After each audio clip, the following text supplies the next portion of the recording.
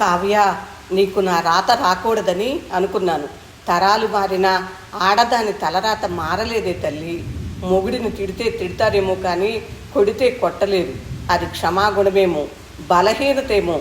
మొగుడనేవాడు నోటికి పని చెప్తాడు, కాలికి పని చెప్తాడు, చేతులకు పని చెప్తాడు, ఇంకా వేటికైనా పని చెప్తాడు.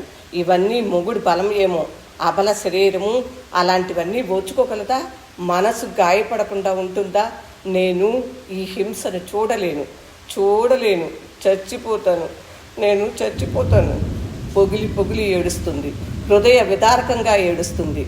తల్లి ఏడుపు యుగ యుగాల బానిసత్వంలో నుండి ఉబికి వస్తున్న గంగా ప్రవాహంలా తోచింది.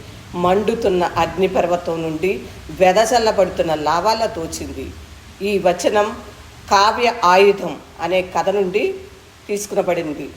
వనజా తాతినేని కథల ఛానల్లో ఈ